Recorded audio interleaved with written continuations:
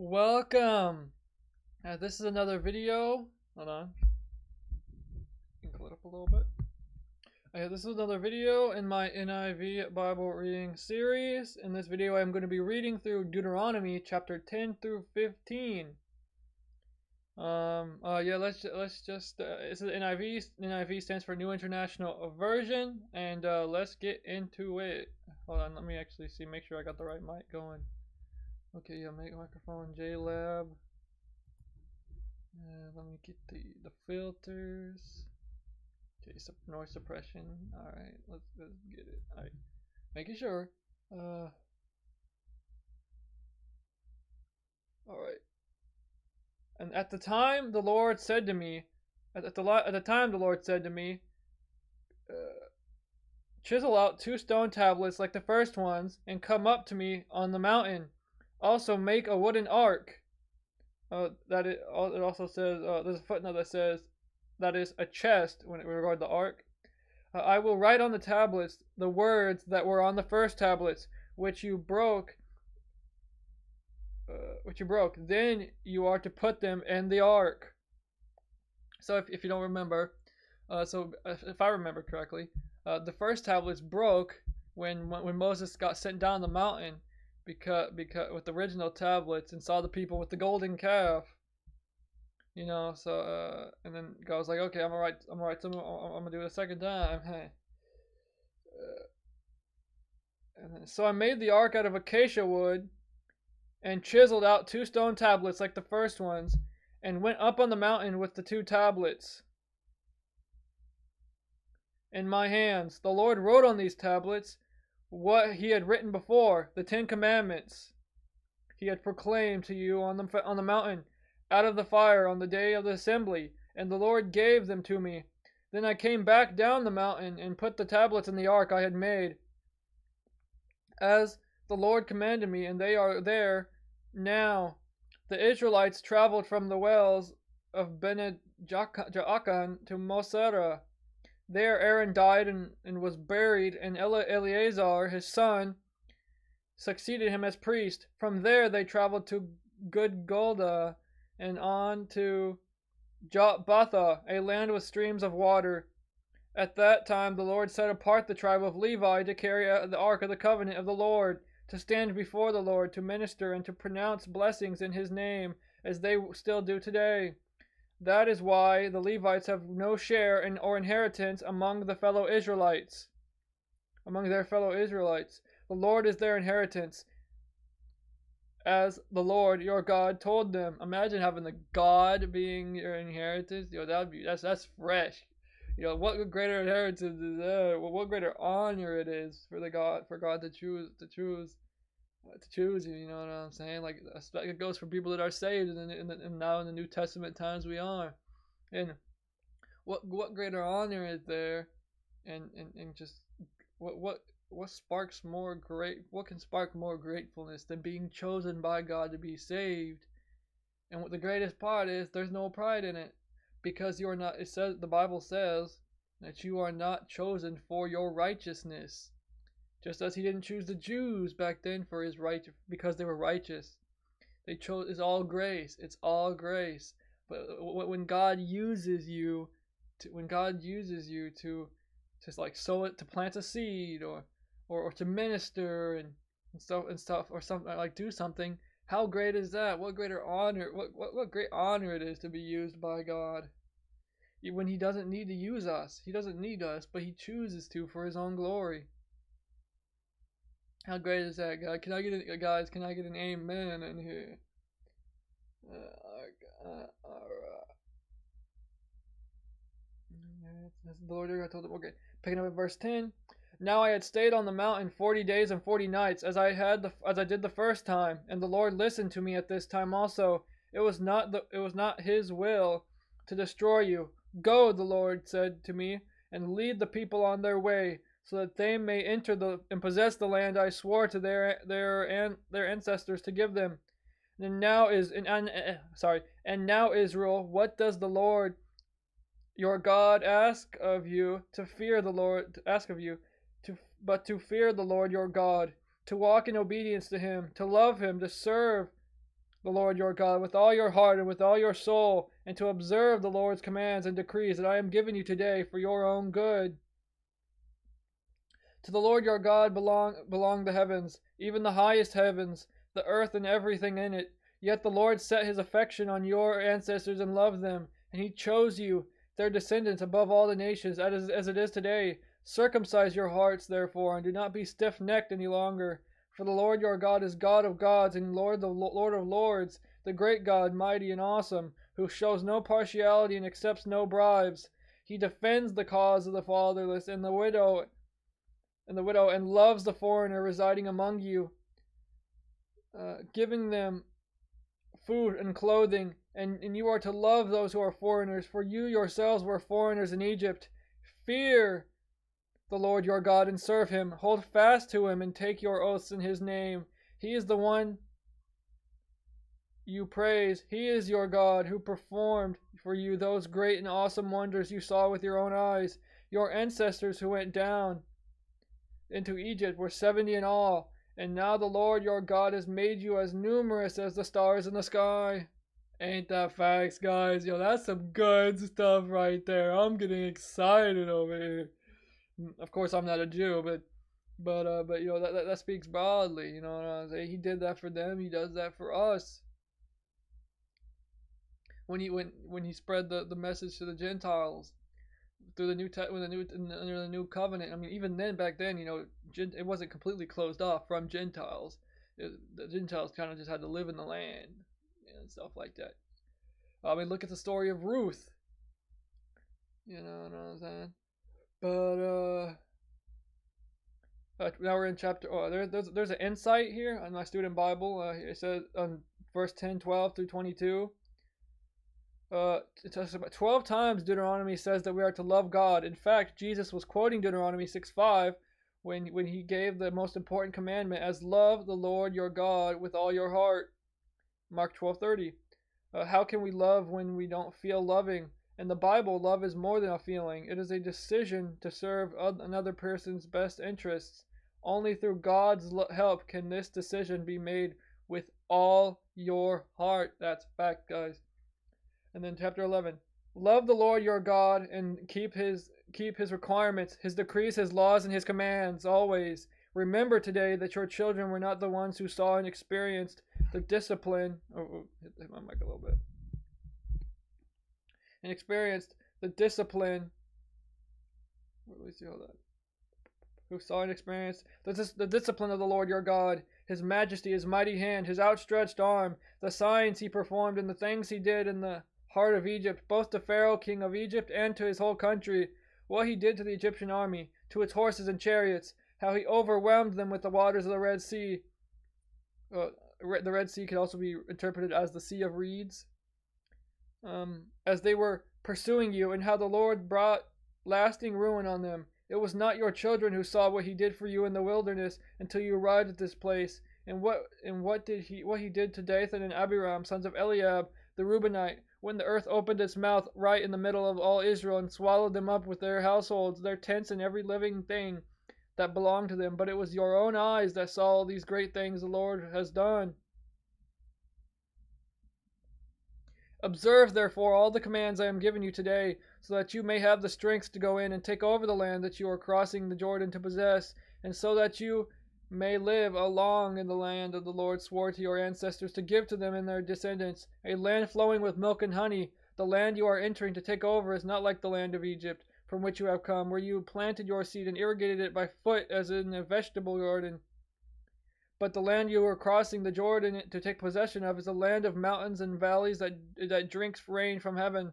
It is a land the Lord your God cares for. The eyes of the Lord your God are continually on it, from the beginning of the year to its end.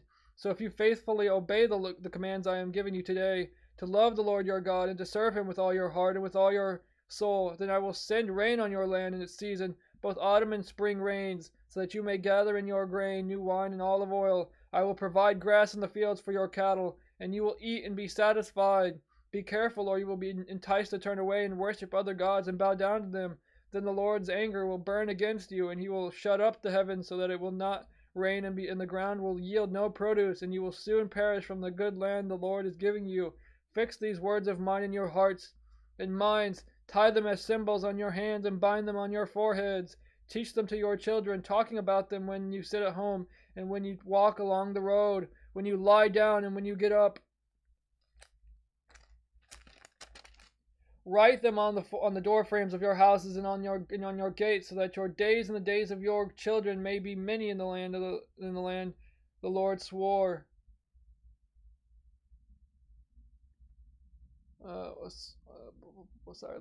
Swore to give your ancestors, as many as the days that the heavens are above the earth. If you carefully observe all these commands I am giving you to follow, to love the Lord your God, to walk in obedience to him, and to hold fast to him, then the Lord will drive out all these nations before you, and you will dispossess nations larger and stronger than you. Every place where you set your foot will be yours. Your territory will extend from the desert to Lebanon, and from the Euphrates River to the Mediterranean Sea. No one will be able to stand against you. The Lord your God, as he promised you, will put the terror and fear of you on the whole land wherever you go. See, I am setting before you today a blessing and a curse. The blessing if you obey the commands of the Lord your God that I am giving you today. The curse if you disobey the commands of the Lord your God and turn from the way that I command you today by following other gods which you have not known. When the Lord your God has brought you into the land you are entering to possess, you are to proclaim on Mount Gerizim the blessings and on Mount Ebal the curses. As you know, these mountains are across the Jordan, westward, toward the setting sun, near the great trees of Moreh, in the territory of those Canaanites living in the Arabah, in the vicinity of Gilgal. You are about to cross the Jordan to enter and take possession of the land the Lord your God is giving you. When you have taken it over and are living there, be sure that you obey all the decrees and laws I am setting before you today.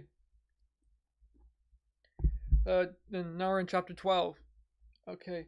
These are the decrees and laws you must be careful to follow in the land that the Lord, the God of your ancestors, has given you to possess, as long as you live in the land. Destroy completely all the places on the high mountains, on the hills, and under every spreading tree, where the nations you are dispossessing worship their gods. Break down their altars, smash their sacred stones, and burn their Asherah poles in the fire. Cut down the idols of their gods and wipe out their names from those places. You must not worship the Lord your God in their way, but you are to seek the place the Lord your God will choose from among all your tribes, put his name there for his dwelling. To that place you must go. There bring your burnt offerings and sacrifices, your tithes and special gifts, which you have vowed to give, in your free will offerings, and the firstborn of your herds and flocks. There, in the presence of the Lord your God, you and your families shall eat and rejoice in everything you have put your hand to, because the Lord your God has blessed you. You are not to do as we do here today,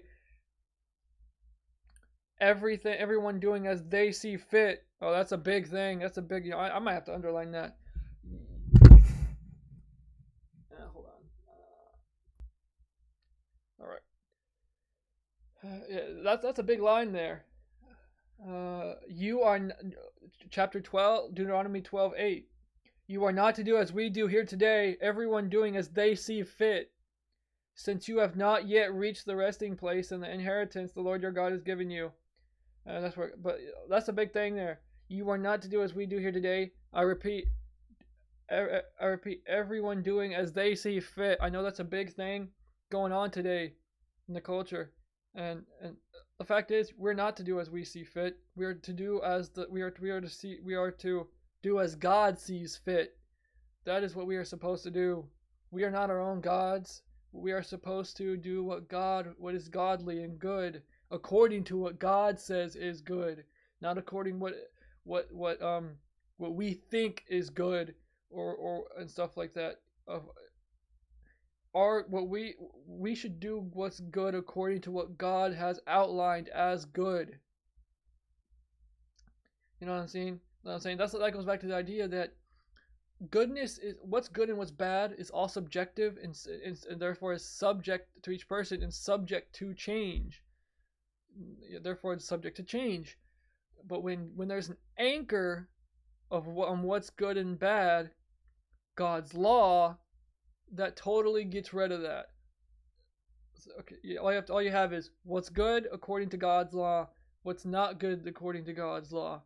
It's not, oh, Billy over here thinks this is good, but this person thinks it's bad. Let's have a debate. No, no, no. We have God's what God if God says something is evil, it's evil straight up. Okay, that's just how it is. God's law, His moral law is an anchor, and oh, what a great anchor it is. All right, I might make that into a short. That's fresh.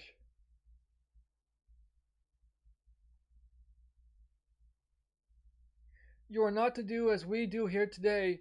Everyone seeing as we do fit, and yeah.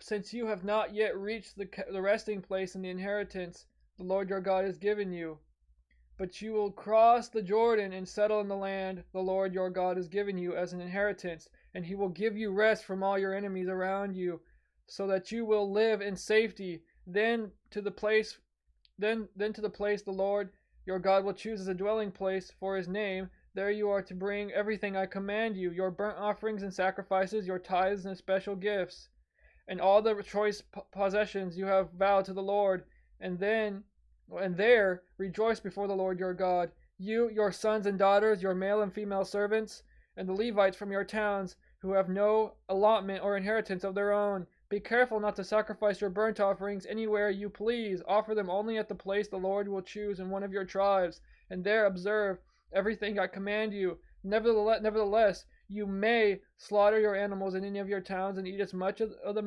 meat as you want, as if it were gazelle or deer, according to the blessing the Lord your God gives you. Both the ceremonially unclean and the clean may eat it, but you must not eat the blood. You pour it out on the ground like water. You must not eat it in your own towns, the tithe of your grain and new wine and olive oil, or the firstborn of your herds and flocks, or whatever you have vowed to give, or your free will offerings, or special gifts. Instead, you are to eat them in the presence of the Lord your God, at the place the Lord your God will choose. Let me see, hold on. You, your sons and daughters, your male and female servants, and the Levites from your towns, and you are to rejoice before the Lord your God in everything you put your hand to. Be careful not to neglect the Levites as long as you live in your land. When the Lord your God has enlarged your territory as He promised you, and you crave meat and say, I would like some meat, then you may eat as much of it as you want. If the place where the Lord your God chooses to put His name is too far away from you, you may slaughter animals from the herds and flocks the Lord has given you, as I have commanded you, and in your own towns you may eat as much of them as you want. Eat them as you would gazelle or deer. Both the ceremonially unclean and the clean may eat. But be sure you do not eat the blood, because the blood is the life, and you must not eat the life with the meat. You must not eat the blood. Pour it out on the ground like water. Do not eat it, so that it may go well with you and your children after you, because you will be doing what is right in the eyes of the Lord. But take your consecrated things and whatever you have vowed to give, and go to the place the Lord will choose. Present your burnt offerings on the altar of the Lord your God, both the meat and the blood. The blood of your sacrifice must be poured beside the altar of the Lord your God, but you may eat the meat. Be careful to obey all these regulations I am giving you, so that it may always go well with you and your children after you, because you will be doing what is good and right in the eyes of the Lord your God. Now I do want to make sure you know this. The only thing we have in the New Testament is the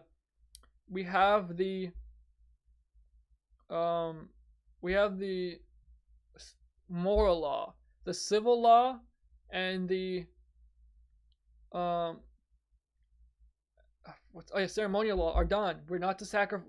I'm begging you, if you don't know already, do not sacrifice animals to the Lord. Okay, Jesus came and paid that price. Jesus is the ultimate sacrifice. That eliminated the system. You know, I've actually been looking into this. Under Judaism today, animals are not sacrificed. And apparently it's because they don't have the I guess the temple got destroyed in 70 AD, and around 70 AD, and I think by the Romans, looking for gold and stuff like that, and they have not had a rebuilt of the temple since then. So how well, I'm not gonna get into that, into Judaism and why. But anyway, I'm not gonna get into that. But but the thing is, they don't even do that today. The Jews don't even do that today. Okay, people under Judaism, they're still under this Old Testament law and the man-made laws of like of the Pharisees and stuff like that. But that's a whole other topic that I'm not completely educated on. But I'm not going to start going on a rant here. But my point is that we are not supposed to sacrifice animals to the Lord. That's not what back then. That's what it was saying, but we apply it to now. We are supposed to uphold the 10 Commandments. No adultery, no sexual immorality, which I guess adultery would fall under. No idols, no this is so embarrassing. I don't know the full. I don't have the 10 Commandments memorized, but anyway.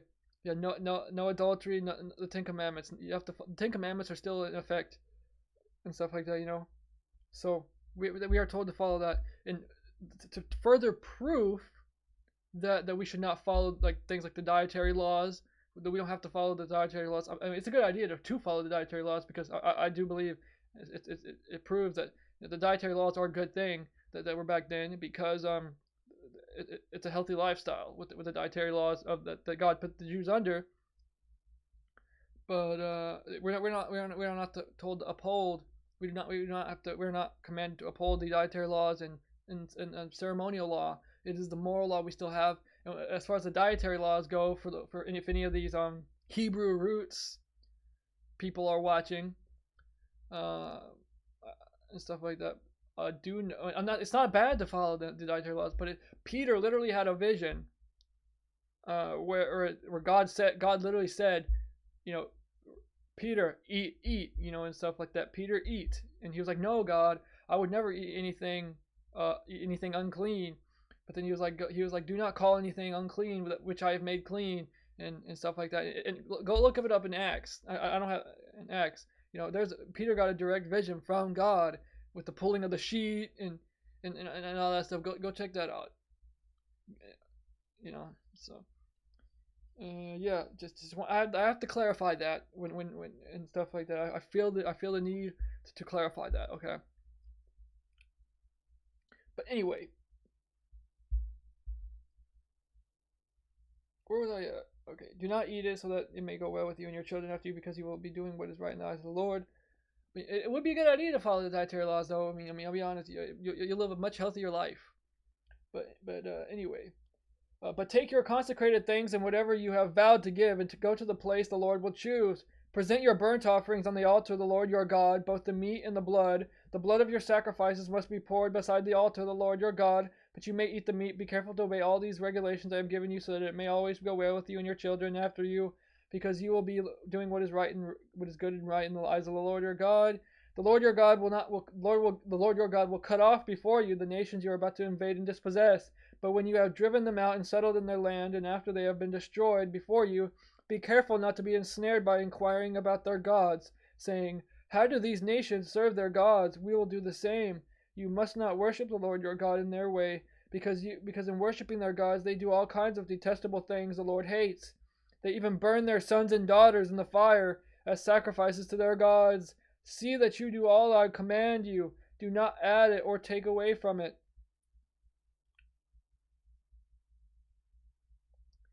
And 13, there's a note here that in Hebrew text, 1232, Deuteronomy 1232 is actually numbered 13:1, and that 13 in Hebrew text 13:1 through 18 is numbered 13:2 through 13:2 through 19. Just a little difference there.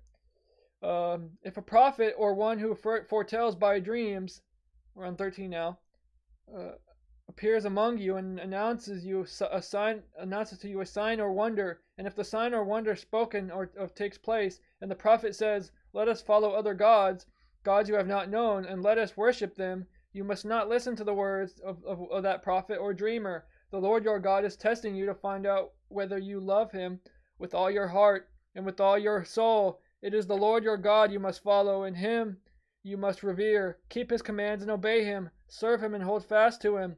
That prophet or that prophet or dreamer must be put to death for inciting rebellion against the Lord your God, who brought you out of Egypt and redeemed you from the land of slavery. That prophet or dreamer tried to turn you from the way the Lord your God commanded you to follow. You must purge the evil from among you. If your very own brother or your son or daughter or the wife you love, or your closest friend secretly entices you, saying, "Let us go and worship other gods, gods that neither you nor your ancestors have known, gods of the people around you, whether near or far, from one end of the land to the other, do not yield to them or listen to them. Show them no pity. Do not spare them or shield them. You must certainly put them to death. Your hand must be the first in putting them to death. And then the hands of all the people. Stone them to death, because they tried to turn you away from the Lord your God, who brought you out of Egypt, out of the land of slavery. Then all Israel will hear and be afraid, and no one among you will do such an evil thing again." Now we see that this didn't happen for the most part. We saw that eventually the Israelites did, because they did not heed the words of the Lord. That we saw that because of that, they didn't heed the words and follow those rules. That they let me just look at the books of Kings and Chronicles. There was heavy, because of that, they didn't follow the words of the Lord. They fell to idol worship, and eventually Israel got all of Israel.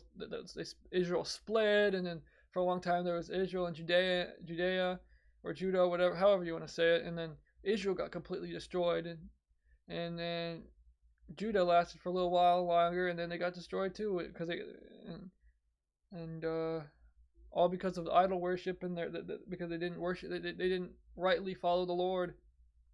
Now, am I saying to go stone somebody who doesn't follow Christianity? No, because I don't think that's what God says. Because you have to kind of take it in context. If we were in the Old Testament times before the New Covenant, yes, I would say that would be the right thing to do, according to God. But we are in the New Testament now, and the words of Jesus says to love one another, to love your brother, and that says that we're not supposed to do that. We're supposed to win them over, and be as Christ-like as possible. So it would be very bad if people started just killing a bunch of people, just according to this chapter, because that was an order meant for a different time. I believe I may be wrong, but that would be part of the civil law. No, but the moral law is still, like, say someone's gay, right? We're not supposed to, or Muslim or something like that. We're not supposed, or an atheist or non-believer, or Hindu or something like that. We're not supposed to stone them because they believe in another religion or whatever. But we are supposed to try and speak to them and bring them to Christ. So yeah. Just wanted to clear that up there. I kind of wanted to just skip that part, but I had to talk about it. And what the New Testament, what the New Covenant take is on that. What I believe that is, at least. If I'm wrong, Lord God, please tell me I'm wrong. Whether that be someone in the comments or what, but yeah. Then all Israel will hear and be afraid, and no one among you will do such an evil thing again. All right, picking up at verse 12.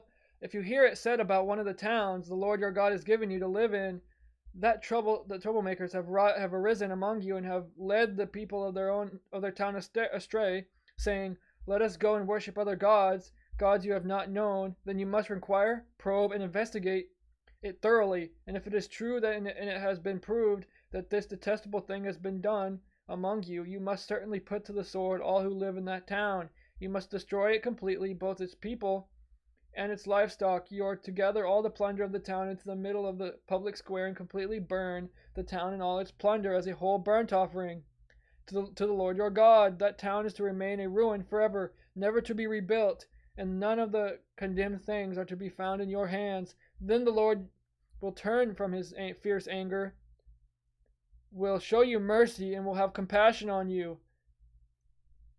He will increase your numbers as he promised on oath to your ancestors, because you obey the Lord your God by keeping all his commands that I am giving you today and doing what is right in his eyes. And then, okay, there's a note here on 13:1-5. It's about prophets. If lots of people, not all of them Christians, claim that God has spoken to them, how do you evaluate those claims? Deuteronomy offers 2 tests. First, a prediction made in God's name must in fact come true. The second test, given here, matters just as much. If a prediction does come true, but the prophet tries to lead people to worship some other god, that prophet should be rejected. That's facts, guys. What's the word? Practice discernment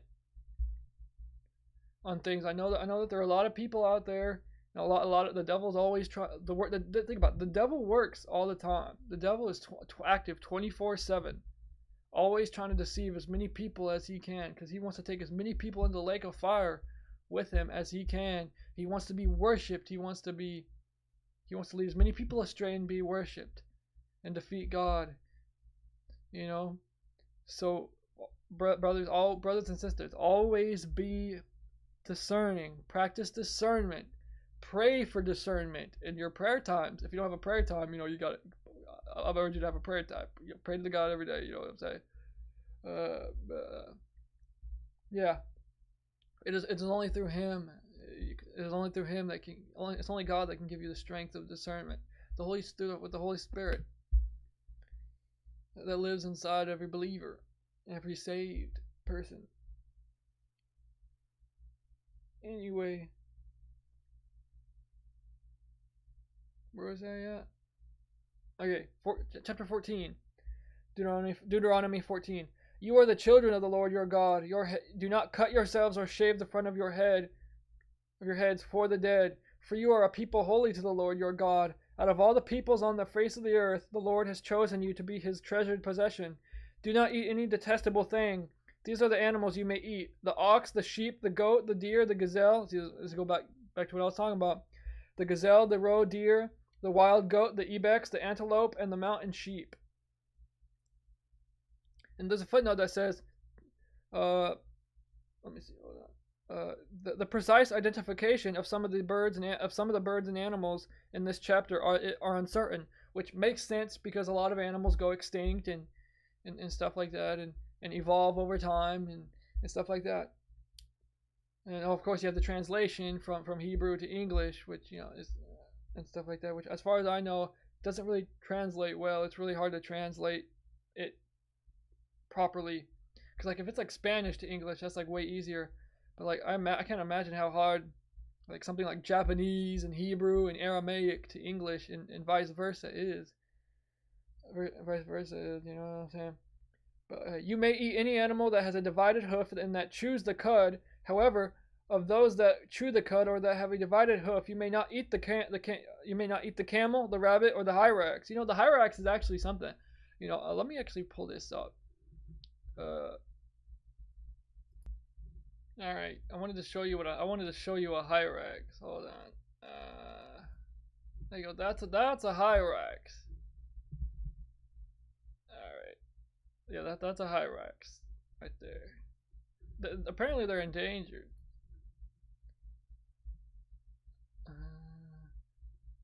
You got the short tails, stuff like that. Yeah, alright. And then let's hide that for a minute. I'm gonna show you some other animals too. Alright. Although they chew the cud, they do not have a divided hoof. They are ceremonially unclean for you. The pig is also unclean, although it has a divided hoof.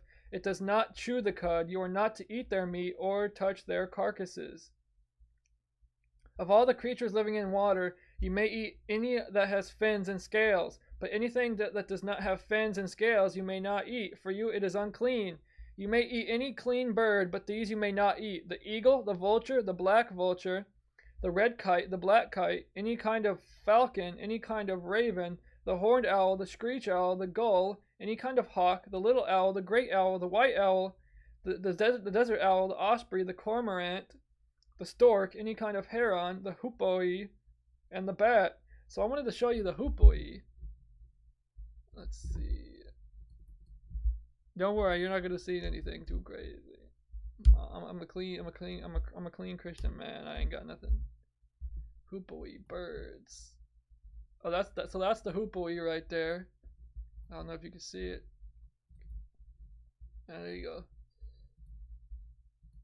And then I also, I didn't even think about it. I didn't look up. Let's see. What's a red kite? Red kite? Ah, there you go. That's a kite.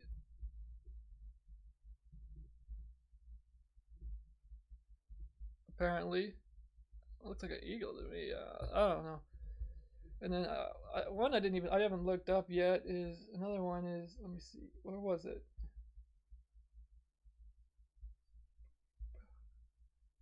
I don't know what's a cormorant. Let me look that up real quick. Cormorant.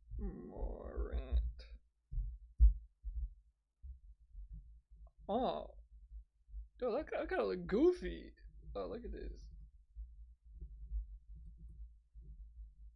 Oh, look at that, man. Oh, looking kind of fresh though with the green eye.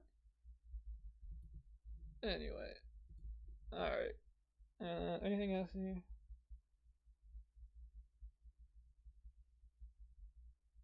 All right. Yeah, I wanted to show that. All right.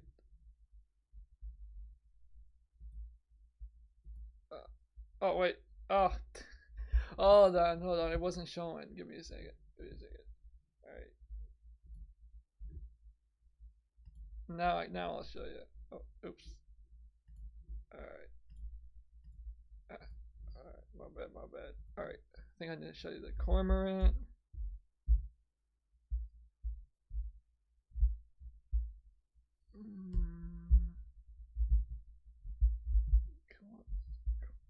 Come on, man. Cormorant. There you go, cormorant. Bro, just search Google for cormorant, dog. What's going on here? Alright, there we go. That's the cormorant. And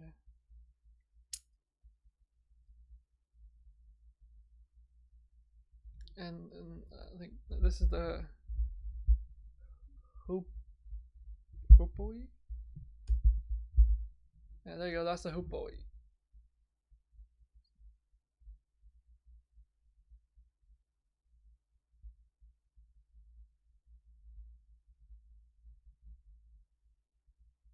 All right. Yeah, there you go. Done. All right.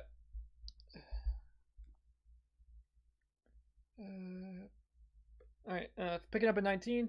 All flying insects are unclean to you. Do not eat them, but any winged creature that is clean you may eat. That makes, when I heard that, I thought about the insects thing. It said John the Baptist ate locusts and honey, which is interesting. But because I would think that according to this text, it would be ceremonially unclean. Maybe it was a pointer to the breaking of the dietary laws. We'll see. I don't know, to be honest. Anyway, do not eat anything you find already dead. You may give it to the foreigner residing in any of your towns, and they may eat it, or you may sell it to any other foreigner. But you are a people holy to the Lord your God. Do not cook a young goat in its mother's milk. Be sure to set aside 1/10 of all your fields produced each year. Eat the tithe of your grain, new wine and olive oil, and the firstborn of your herds and flocks in the presence of the Lord your God at the place he will choose as a dwelling for his name, so that you may learn to revere the Lord your God always. But if that place is too distant and you have been blessed by the Lord your God and cannot carry your tithe, because the place where the Lord will choose to put his name is so far away, then exchange your tithe for silver and take the silver with you and go to the place the Lord your God will choose. You use the silver to buy whatever you like, cattle, sheep, wine, or other fermented drink, or anything you wish. Then You and your household shall eat there in the presence of the Lord your God and rejoice. And do not neglect the Levites living in your towns, for they have no allotment or inheritance of their own. At the end of every 3 years, bring all the tithes of that year's produce. Lost my place. And store it in your towns, so that the Levites who have no allotment of inheritance of their own, and the foreigners, the fatherless, and the widows who live in your towns may come and eat and be satisfied, and so that the Lord your God may bless you in all the work of your hands. And then there's the 14:28 to 29. There's an insight here. Each year the Israelites presented a tithe of produce as an offering to God. Every 3rd year the tithes would be distributed among needy people.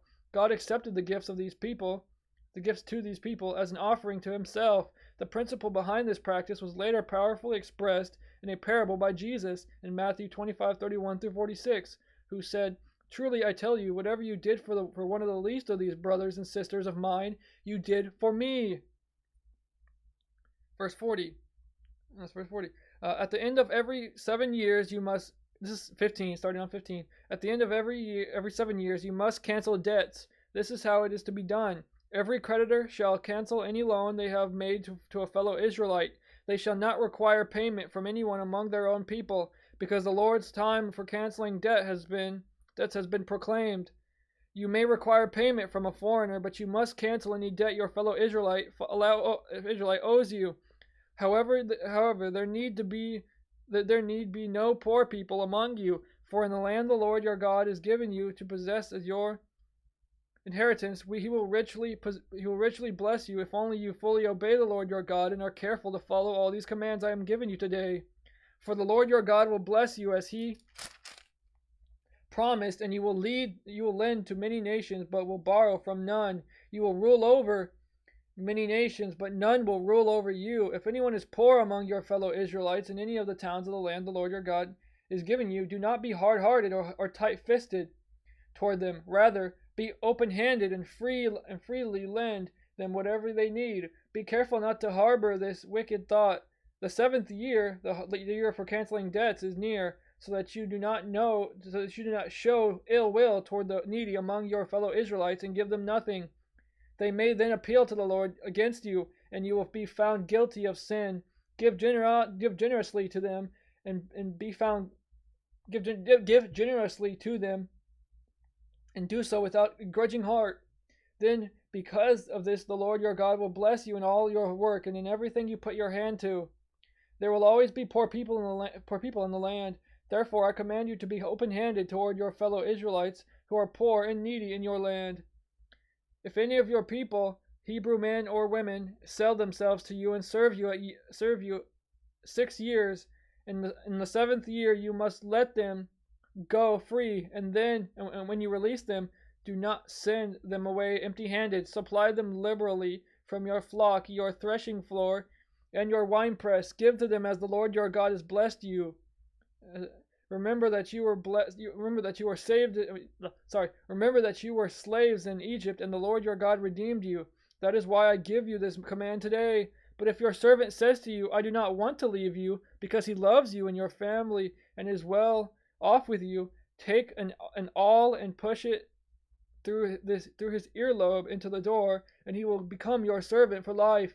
Do the same for your female servant. I'm guessing an awl is like an earring or something. Give me a second. Hold on. Okay, so apparently an awl is, oh my bad. All right. Let me do the display capture. Apparently an awl is it's like something you put through the ear, a pointed tool like this, and yeah. So kind of like a brand, when you brand a cattle or a sheep or something like that. When you brand cattle. I guess. But anyway, I was just curious because I never looked that up before. All right.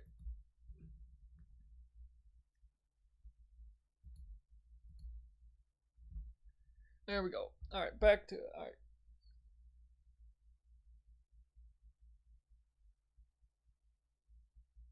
Where was I at again? All right.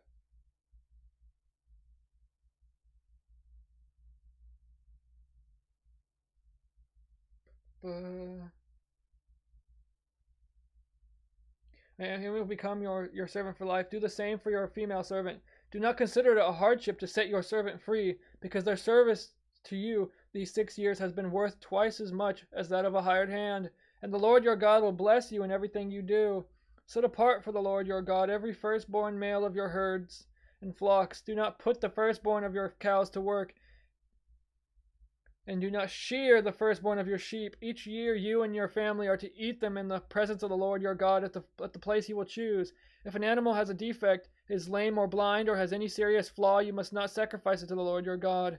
You are to eat it in your own towns. Both the ceremonially unclean and the clean may eat it as if it were gazelle or deer, but you must not eat the blood. Pour it out on the ground like water. And that's good. That's good stuff. All right. Done with that. That's 10 through 15. Took a good while, but it's all good. It's all good though. It's all good. I thank you for watching, and a friendly reminder to pray every day, to read every day,